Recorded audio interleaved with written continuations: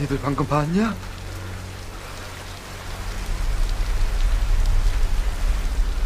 밑에 말이야.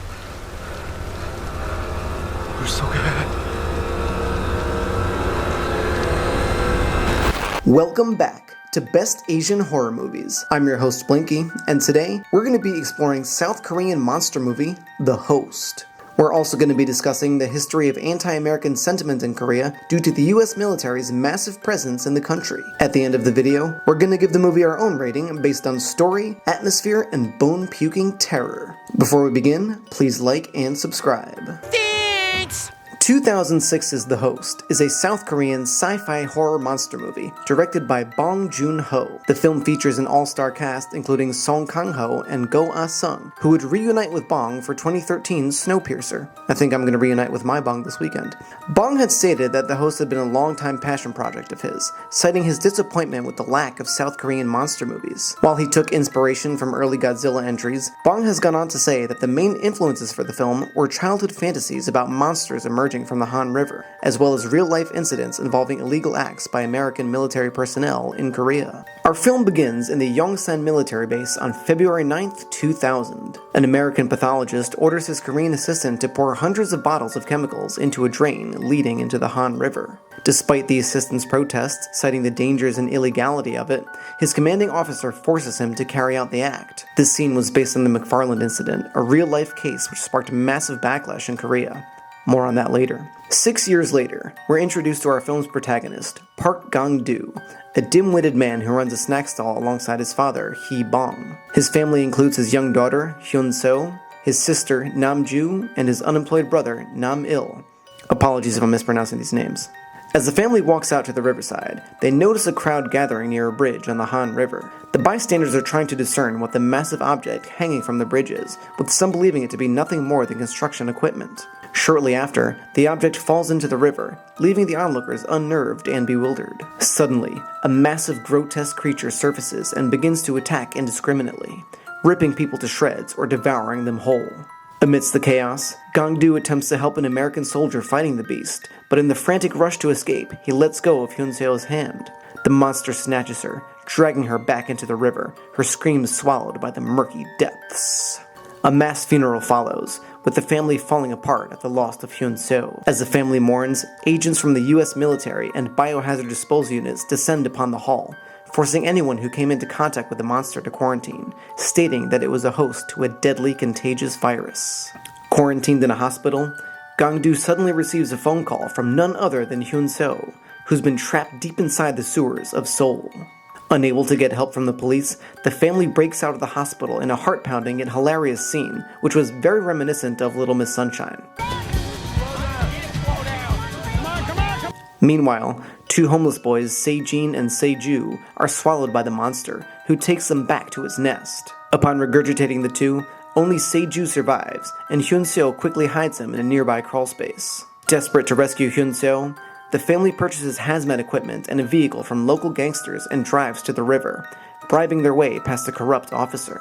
Their first encounter with the creature ends in tragedy, as Hee Bong is obliterated by the monster. Military personnel arrive shortly after, arresting Gang-do and dragging him to a quarantine facility for further examination. Meanwhile, Nam-il meets an old contact named Fat Guevara in an attempt to trace Hyun-seo's phone call. He soon learns that the government has placed a bounty on their heads, and Fat Guevara has already sold them out. Meanwhile, in the quarantine hospital, Gang-do overhears a sinister conversation. An American doctor suggests the virus is a fabricated distraction, and Gang-do has been brought here to be lobotomized. In the creature's lair, with decaying bones littering the floor, Hyun-seo attempts a desperate escape using a makeshift rope made from tattered cloth. But the beast awakens and swallows her and Se-ju whole. Gang-do, desperate and enraged, escapes his captors by taking a nurse hostage and heads back to the sewers. News reports begin to broadcast that the US military is planning to release a toxic chemical called Agent Yellow into the river to annihilate the monster. This sparks massive protests as thousands of civilians descend upon the riverbank to try and stop the release of this deadly concoction. Gang-do spots the creature, chasing it into the area where Agent Yellow is set to be released. With the monster incapacitated by the chemicals, Gang-do reaches inside its grotesque maw and pulls out Hyun-seo and Se-ju. Se-ju awakens, but Hyun-seo has died. Fueled by hatred and desperate to avenge her death, the family teams up on the monster, setting it ablaze and impaling it with a massive metal rod.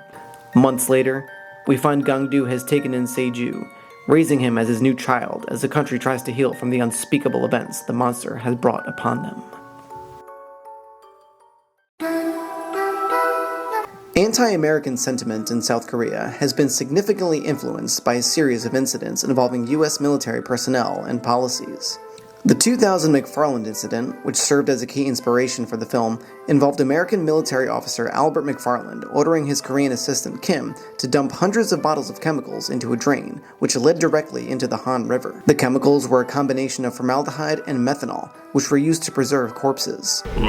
While McFarland was ultimately convicted and imprisoned for the act, his short sentence and the potentially devastating effects of such a massive chemical dump sparked widespread protests outside the base. Many Koreans viewed it as a clear example of American disregard for local communities and sovereignty, fueling anti-American feelings. The 2002 Yangju Highway incident further intensified these sentiments. 2 South Korean middle school students were tragically killed when a U.S. military vehicle accidentally struck them. The incident triggered mass protests, with many citizens criticizing the perceived lack of accountability and the preferential legal treatment given to the soldiers. Koreans felt their safety and justice were being compromised, and the event became a symbol of the broader frustration with the U.S. military's presence and influence. In 2008, controversy erupted over the expansion of the U.S. military base Camp Humphrey. Local residents and activists opposed the project, citing concerns about environmental damage, displacement, and increased militarization. Many Koreans felt the U.S. was expanding its military infrastructure without adequate consideration for local communities or the environment.